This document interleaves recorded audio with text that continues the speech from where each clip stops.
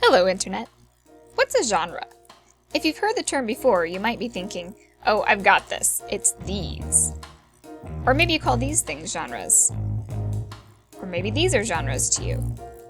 So if you had to define genre, you might say, well, it's a category of text.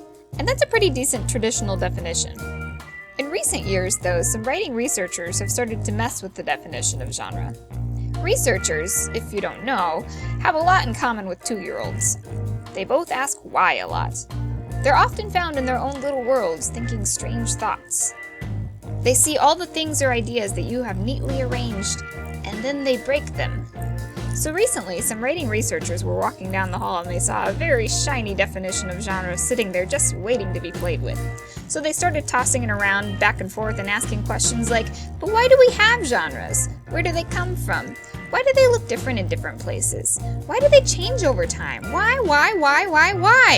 And when they got done, the definition of genre was completely warped beyond recognition because they were like, genres aren't just categories of texts, they are typified responses to recurring situations. Yeah, because that makes it better. What were they thinking of throwing out a perfectly good definition of genre? Well, they didn't actually throw out the old definition. You could say that they took our old 2D definition and made it 3D. So a genre is a typified response to a recurring situation. Well, let's unpack that. But we're actually going to do it backwards. So what's a recurring situation? Well, here's one. Ms. Spittlemeister is the hall monitor at Jolly Junior High School.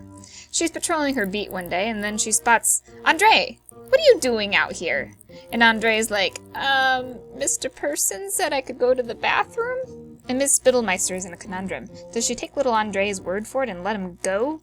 Or does she march him back to Mr. Person's class and report him for malicious hallway loitering?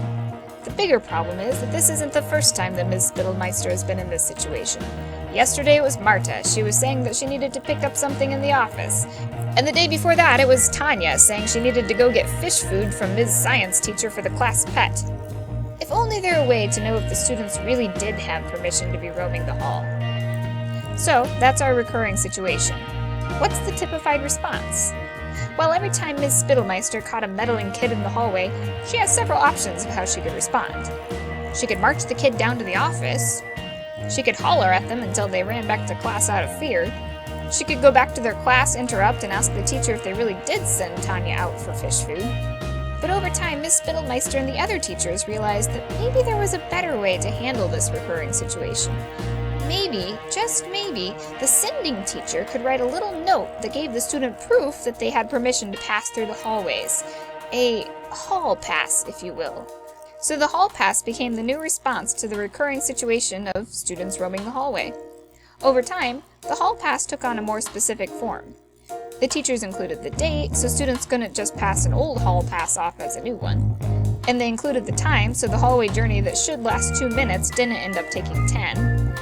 And they included the student's origin and destination, so Ms. Spittlemeister knew if they were off course. After a while, the school just decided to print all the teachers a packet of forms so they could write a typical hall pass really easily. So to recap, we had our recurring situation, students in the hallway, permission or no. And then the response became the hall pass. And as the teachers decided on the stuff that hall passes needed to have to work right, they became typified. Or in other words, the teachers got an idea in their minds of what a typical hall pass might look like. You could say they had a prototype of the hall pass in their minds. So we went from defining genres as categories of texts to typified responses to recurring situations. How exactly is that an improvement? Well, our new definition points out that we don't just arbitrarily put a bunch of texts together and say, congratulations, madam, it's a genre. Genres evolve out of human interactions in real-world social contexts. In other words, without people, you can't genre. And if that's not enough to convince you that genres are kind of a big deal, let's just put it out there that genres also have an enormous amount of control over pretty much every aspect of your life, and they are the things that make everyday activities possible or impossible. But more on that in part 2. Well, that's the word, bird. Till next time, put a little wonder in your wander.